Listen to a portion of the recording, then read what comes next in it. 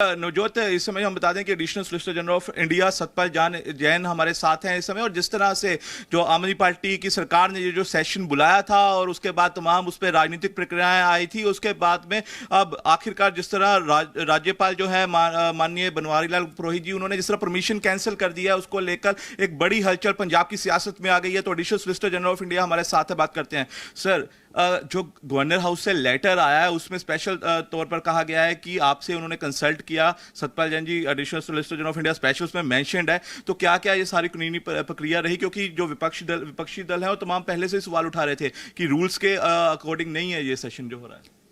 साहब, भारत के संविधान ने लोकसभा विधानसभा जो भी संस्थाएं हैं उनकी कार्यप्रणाली के संबंध में कानून में भी प्रावधान है और उसके लिए हर विधानसभा के रूल बने हुए हैं। पंजाब विधानसभा का जो कंडक्ट ऑफ बिजनेस रूल्स हैं उसके अंदर लगभग सभी स्थितियों का प्रावधान है जी। 2 दिन पहले पंजाब सरकार ने, मंत्रिमंडल ने एक प्रस्ताव दिया, पास करके भेजा राज्यपाल महोदय के पास कि हम एक विधानसभा का सत्र बनाना चाहते हैं और वो सत्र में सिर्फ और सिर्फ एक ही विषय होगा और वो विषय होगा सरकार ने विश्वास मत प्राप्त करना है। इस पर राज्यपाल महोदय ने नॉर्मल रूटीन में हस्ताक्षर किए और विधानसभा का सत्र बुलाया जी। क्योंकि विधानसभा का सत्र राज्यपाल बुला सकते हैं, संसद का सत्र जो है वो राष्ट्रपति बुलाते हैं, दोनों ही संस्था अधिकारियों को ये अधिकार मिला है। उसके बाद आज प्रातः 3 नेताओं ने, जिनमें विपक्ष के नेता श्री प्रताप सिंह बाजवा, भारतीय जनता पार्टी के नेता श्री अश्विनी शर्मा जो पार्टी के अध्यक्ष भी हैं, और श्री सुखपाल सिंह खेरा जो विधायक हैं, कांग्रेस पार्टी के बहुत पुराने विधायक हैं, उन तीनों ने राज्यपाल को लिखकर शिकायत दी। इसके अलावा जो पूर्व डिप्टी स्पीकर हैं श्री बीर देवेंद्र सिंह, उन्होंने भी प्रेस में बयान दिए जिसमें उन्होंने आपत्ति की। उन्होंने कहा कि विधानसभा के जो रूल्स हैं उसमें केवल और केवल विश्वास मत प्राप्त करने के लिए कोई विधानसभा का सत्र नहीं बुलाया जा सकता। इस पर राज्यपाल महोदय ने मेरे से लीगल ओपिनियन मांगा। मैंने और धीरज जैन, हम लोगों ने सारा अध्ययन करके इस पर अपना लीगल ओपिनियन दिया और लीगल ओपिनियन पर विचार करने के बाद आज राज्यपाल महोदय ने कल जो उन्होंने अनुमति दी थी विधानसभा सत्र बुलाने की, उस अपने आदेश को वापस ले लिया है। मुख्य तौर पर इस आधार पर कि पंजाब विधानसभा के जो रूल्स हैं, कंडक्ट ऑफ बिजनेस रूल्स हैं, उसमें विश्वास मत प्राप्त करने का कोई प्रावधान नहीं है। जैन साहब, जैसे भाजपा के भी तमाम नेताओं ने जो राज्यपाल को लेटर लिखा, उसके अलावा हम सुखपाल खेरा का लेटर हम आज पढ़ रहे थे, उसमें साफ तौर पे लिखा गया था कि जब विपक्षी दलों में से कोई नो कॉन्फिडेंस मोशन का प्रस्ताव लाता है उसके बाद सरकार को प्रूव करना पड़ता है कि उनके पास मेजोरिटी है, फिर वो जो फ्लोर टेस्ट करवाते हैं। लेकिन वो कह रहे थे कि 1/5 तो दूर, एक भी जो ओपोजिशन के लीडर ने किसी ने कहा नहीं, फिर भी ये करवाया जा रहा है। तो ये क्या आम आदमी पार्टी की सरकार को रूल पता नहीं था कि किस तरह से ये बुलाया गया फिर सेशन? ऐसा जो विश्वास मत हासिल करना होता है वो 3 परिस्थितियों में विश्वास मत हासिल करने की नौबत आती है जी। पहली, जब भी सरकार बनती है, कोई सरकार बनती है और अगर सरकार का बहुमत उस समय नहीं होता है, थोड़ा बहुत 2-4 वोट की कमी होती है, तो राज्यपाल और केंद्र के केस में राष्ट्रपति प्रधानमंत्री को या मुख्यमंत्री को आदेश देते हैं कि मैं आपको मुख्यमंत्री नियुक्त कर रहा हूं, लेकिन आपको 10 दिनों में, 15 दिनों में, महीने में आपको अपना बहुमत साबित करना होगा।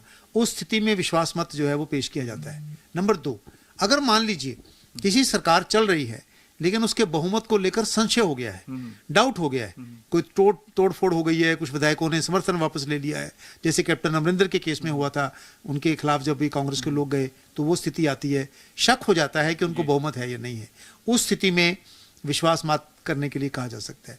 तीसरी स्थिति, जब विपक्षी दलों ने, विरोधी दलों ने सरकार के खिलाफ अविश्वास मत पेश किया हो, करना चाहते हो, लेकिन सरकार जानबूझकर सत्र नहीं बुला रही, उस हालत में राज्यपाल मुख्यमंत्री को विश्वास मत प्राप्त करने के लिए कह सकते हैं। इसलिए तीनों स्थितियां पंजाब में नहीं थी। उनकी वर्तमान सरकार श्री भगवंत सिंह जी मान की सरकार को लेकर, बहुमत को लेकर कोई संशय नहीं है। किसी ने उनको बहुमत साबित करने के लिए नहीं कहा, कोई उनके खिलाफ अविश्वास प्रस्ताव नहीं है। इसलिए तीनों नेताओं ने जब अपनी आपत्ति दर्ज कराई और उन्होंने कहा कि ये विधानिक नहीं है, तो फिर सिर्फ और सिर्फ, मैं फिर स्पष्ट करता हूं, विधानसभा का सत्र बुलाना सरकार का अधिकार है, वो सिफारिश कर सकती है, लेकिन वो कानूनी तौर पर होना चाहिए, कानूनी कार्यपाली के लिए होना चाहिए, क्योंकि सिर्फ विश्वास मत के लिए बुलाया गया था और विश्वास मत की कोई आवश्यकता नहीं है, कोई प्रावधान नहीं है। इसलिए राज्यपाल महोदय ने आज अपना जो स्वीकृति दी थी उसको वापस लिया। जैसे अब जब हम आम आदमी पार्टी के नेताओं से ये क्वेश्चन कर रहे थे, अभी तो ये रद्द हो ही गया है सेशन, इससे पहले कल कैबिनेट की मीटिंग थी, हम उनसे सवाल कर रहे थे यही कि तमाम विपक्षी दल कह रहे हैं कि कोई जरूरत ही नहीं है, कोई रूल ही नहीं बन रहा है इस समय जो ऐसा सेशन बुलाया जाए स्पेशल सेशन मेजोरिटी प्रूव करने के लिए। तो उनका कहना था, जो आरोप उन्होंने भाजपा के नेताओं पर लगाए थे कि हमारे नेताओं को खरीद फरोख्त करने की विधायकों की कोशिश की गई, तो कह रहे वो विधायक जिनको अप्रोच किया गया उनका मन है कि वो जो है अपनी बात रखना चाहते हैं, अपना जो मत है वो हमें देना चाहते हैं, इसलिए हम प्रस्ताव बुला रहे हैं। ये इंदर भी निज्जर जो कैबिनेट मिनिस्टर है, ये उनका कहना था कल। देखिए उन्होंने क्या कहा ये उनका अपना एक अधिकार है, वो जो भी कहना चाहे कह सकते हैं, कोई भी कहने से नहीं रोक सकता। लेकिन एक बात समझ लीजिए, भारत का संविधान, भारत की कार्यपालिका, न्यायपालिका, विधायिका, वो सिर्फ मेरी मर्जी से और मैं जो चाहूँ उसके मुताबिक नहीं चलती है। वो लोकतंत्रीय नियमों, कानून और संविधान के अनुसार चलती है। आपका मन किया, आप किसी सरकार के खिलाफ बोलना चाहते हो, किसी पार्टी के खिलाफ बोलना चाहते हो, इसलिए सेशन बुला लिया जाए, ये सेशन का कंसेप्ट नहीं है। विधानसभा का काम, पंजाब सरकार का काम, पंजाब विधानसभा का काम राज्य के लिए कानून बनाना है। उसके लिए राज्य के जो विधायक हैं वो इकट्ठे होंगे, पास करेंगे। सिर्फ इसलिए कि हम कुछ विधायकों को दिखाना चाहते हैं इसके साथ नहीं है, उसके साथ नहीं है, ये मंतव्य नहीं है। और दूसरा, केवल और केवल विश्वास मत के लिए उन्होंने प्रस्ताव पास किया। जो कैबिनेट में प्रस्ताव गया, उस प्रस्ताव पे जो निर्णय हुआ है, जो कैबिनेट ने अप्रूव किया, उसमें लिखा है no other business shall be transacted in this house. तो अगर विधायकों ने कुछ बोलना है, ये उनका काम है, मेरा काम नहीं है, लेकिन वो बाहर बोल सकते हैं, प्रेस कॉन्फ्रेंस में बोल सकते हैं। सरकार का, पब्लिक का लाखों करोड़ों रुपए का खर्चा आप किस लिए करना चाहते हैं, जबकि संविधान और कानून आपको इजाजत नहीं देता। इसलिए मैं समझता हूं कि जो राज्यपाल ने निर्णय लिया है वो पूर्णतः संवैधानिक है। अंकुश, ਇੱਥੇ ਬਹੁਤ ਇੰਪੋਰਟੈਂਟ ਸਵਾਲ ਹੈ ਜਿਹੜਾ ਕਿ ਪੁੱਛਣਾ ਬਣਦਾ ਹੈ, ਜਿਹੜੇ कि भारत सरकार के पास से एजी है, एडवोकेट जनरल है सलाह देने के लिए, कानूनी सलाह देने के लिए, क्या उनको नहीं ये पता था कि ये जो तीनों आपने बताया कि सिर्फ इन कंडीशंस में ही जो है सेशन बुलाया जा सकता है मेजॉरिटी प्रूव करने के लिए, तो उन्होंने क्या सलाह नहीं दी होगी? ऐसे कानून और राजनीति हमेशा चलने वाला विषय है, यदा कदा ऐसे विषय उठते रहते हैं, और जब भी ऐसा कोई विषय उठता है तो उसके अनुसार निर्णय होता है। अब उनको एजी साहब बहुत ही कॉम्पिटेंट है, पंजाब के एजी विनोद खही जी बहुत ही अच्छे वकील हैं, मैं जानता हूं उनको। अब उन्होंने, पंजाब सरकार ने ये निर्णय लेने से पहले किसी को कंसल्ट किया, नहीं किया, किसको किया, क्या किया, इसके बारे में तो वही स्पष्टीकरण दे सकते हैं। मैं इसके बारे में कुछ नहीं कह सकता। लेकिन कानून हमेशा चलने वाली प्रक्रिया है जो सदैव चलती रहती है, और आज एक नया मुद्दा आया, उस पर नया निर्णय हो गया। बिल्कुल, धीरज जैन जी भी हमारे साथ हैं, गवर्नमेंट ऑफ इंडिया के इम्पैनल्ड वकील हैं, बात कर लेते हैं। धीरज जी, पहले कभी इस तरह हुआ है कि इस तरह आउट ऑफ रूल, जैसे बोला गया था ऑपोजिशन के लीडर्स की तरफ से कि आउट ऑफ रूल जाकर बुलाया गया ये सेशन, और फिर ये सेशन रद्द हो जाता है? कभी हिस्ट्री में ऐसा कुछ हुआ हो, आपको कुछ याद हो, कोई रेफरेंस के लिए कि ऐसे बुलाया गया सेशन मेजॉरिटी प्रूव करने के लिए, लेकिन आउट ऑफ रूल था, फिर रद्द कर दिया गया? देखिए, हर स्टेट के पार्लियामेंट के, विधानसभा के, सबके अलग अलग रूल्स हैं। अलग अलग रूल्स में कई प्रोविजन सेम है, कई अलग प्रोविजंस भी हैं। तो पंजाब में क्योंकि प्रोविजन नहीं था, इसलिए डिसीजन लिया गया। बाकी स्टेट्स में फिर सभा के उन सबके अलग रूल्स हैं, तो उसके रूल्स के अकॉर्डिंगली वहाँ पे डिसीजन होगा। जी जी नवजोत। बिल्कुल, सवाल ये जरूर पूछना बनता है कि जिहड़ी एडी वड्डी टीम है पंजाब सरकार दे कोल, एडवोकेट जनरल दे डिपार्टमेंट दे विच, ਉਹਨਾਂ ਨੂੰ ਕਿਸੇ ਨੂੰ ਇਹ ਗੱਲ ਦਾ ਧਿਆਨ ਨਹੀਂ ਸੀ?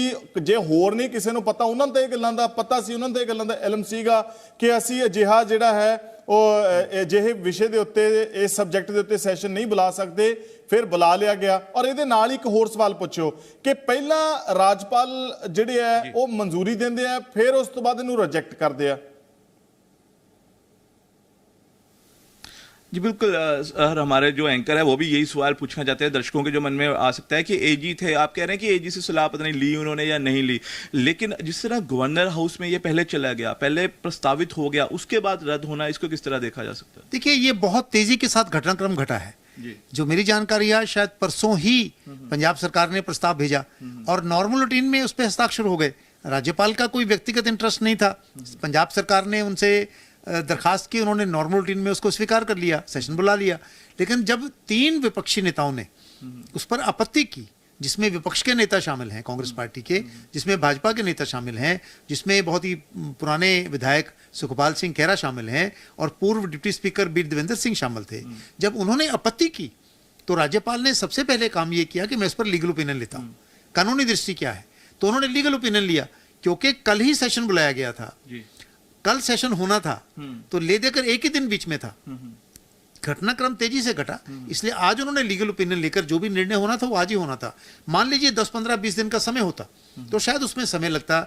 जब पंजाब सरकार ने निवेदन किया था तो उसको और गहराई से उसको एग्जामिन किया होता, उसकी संभावनाओं पर विचार किया होता। पर अंकुश ਇੱਥੇ ਇੱਕ ਵੱਡਾ ਸਵਾਲ ਇਹ ਖੜਾ ਹੁੰਦਾ ਹੈ ਕਿ ਜਿਵੇਂ ਕਿਹਾ ਕਿ ਬਹੁਤ ਜਲਦੀ ਦੇ ਵਿੱਚ ਹੋਇਆ, ਤਤਕਾਲ ਦੇ ਵਿੱਚ ਹੋਇਆ, ਉਹਨਾਂ ਕੋਲੇ ਆਇਆ ਤੇ ਪਾਸ ਕਰ ਦਿੱਤਾ, ਹਸਤਾਖਰ ਕਰ ਦਿੱਤੇ ਗਏ।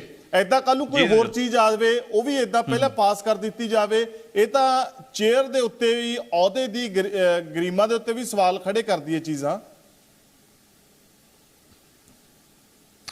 सर इस पर जो आम आदमी पार्टी की सरकार है वो कहीं ना कहीं सीधे तौर पे सवाल उठा सकती है कि कल को और भी बिल जा सकते हैं, उसमें अगर ऐसे फटाफट में घटनाक्रम हुआ और उसमें पहले अप्रूवल मिल गई उसके बाद डिसअप्रूवल, तो कहीं ना कहीं आम आदमी पार्टी इस पर सवाल उठा सकती है। देखिए, आम आदमी पार्टी क्या कहेगी ये उनका काम है, किसी भी पार्टी को बोलने से कोई नहीं रोक सकता। आम आदमी पार्टी के नेताओं का अधिकार है, इस पर जो भी बोलना चाहें बोलें, लेकिन ये एक पूर्णतः संवैधानिक मुद्दा है, संविधान से जुड़ा हुआ मुद्दा है। विधानसभा का सत्र कब बुलाया जाएगा, कैसे बुलाया जाएगा, संविधान और नियमों के अनुसार होगा। तो अगर इस नियमों के अनुसार वो नहीं बुलाया जा सकता, तो अगर दूसरे शब्दों में कहें, राज्यपाल ने कल जो एक चूक हो गई थी बुलाने की, आज उस चूक को उन्होंने ठीक किया। आगे भविष्य में क्या होगा, कौन सा बिल रोकेंगे, कौन सा नहीं रोकेंगे, साइन करेंगे नहीं करेंगे, कानून के अंदर हर चीज का प्रावधान है, कानून सदैव चलने वाली प्रक्रिया है। कोई ऐसा विषय आगे आएगा तो कानून के अनुसार राज्यपाल भी निर्णय करेंगे, सरकार भी निर्णय करेगी और आगे चल के निर्णय होंगे उसके।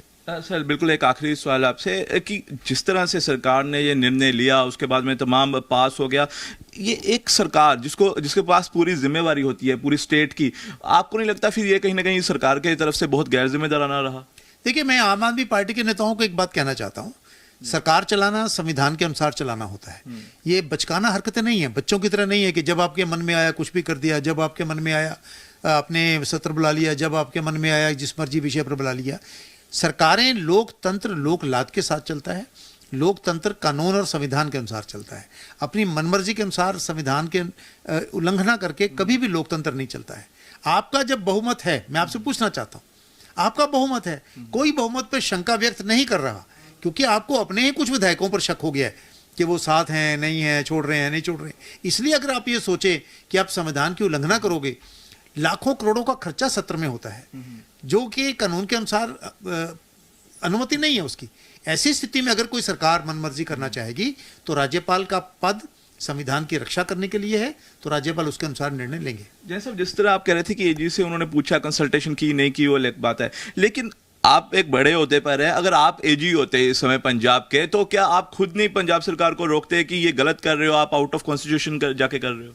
अगर मेरे से पूछा होता, चाहे मैं एजी था चाहे नहीं था, चाहे एएसजी हूं चाहे नहीं हूं, चाहे वकील हूं चाहे नागरिक हूं, सजेशन तो एजी दे सकते हैं खुद भी। जितना मेरे को कानून की जानकारी है, जो भी मेरे से राय मांगेगा एक वकील के नाते, अब तो मैं भारत सरकार का वकील हूं, धीरज जैन भी भारत सरकार के वकील हैं, मेरे से जो भी कोई कानूनी राय मांगेगा, मेरा धर्म है ईमानदारी से कानूनी राय विधान सभा ਦੇ ਸਪੀਕਰ ਦੇ ਖਿਲਾਫ ਨਾਨ ਬੇਲੇਬਲ ਵਾਰੰਟ ਇਸ਼ੂ ਹੋਣ, ਕੀ ਉਹ ਜਿਹੜਾ ਹੈ ਉਹ ਉਸ ਨੂੰ ਐਡਰੈਸ ਕਰ ਸਕਦੇ ਆ, उसकी अगवाई कर सकते हैं? सर सुखपाल खैरा ने जहां लेटर में लिखा था कि तमाम चीज़ें लिखी कि किसी ने नो कॉन्फिडेंस मोशन नहीं लाया, 1/5 चाहिए होते हैं एमएलएज, नो कॉन्फिडेंस मोशन वो लाएं, ये तमाम चीज़ें नहीं रही, आउट ऑफ रूल रहा। इसके साथ साथ उन्होंने एक चीज़ और कही थी कि जो स्पीकर हैं कुलतार संधवा, और इसके साथ डिप्टी स्पीकर की बात की थी जय किशन रोड़ी, कि दोनों के ऊपर नॉन बेलेबल वारंट्स हैं तो वो जो है प्रोसीडिंग्स नहीं करवा सकते। तो क्या ये भी रूल है कि अगर किसी के खिलाफ नॉन बेलेबल धाराएं लगी हों, वारंट्स हों,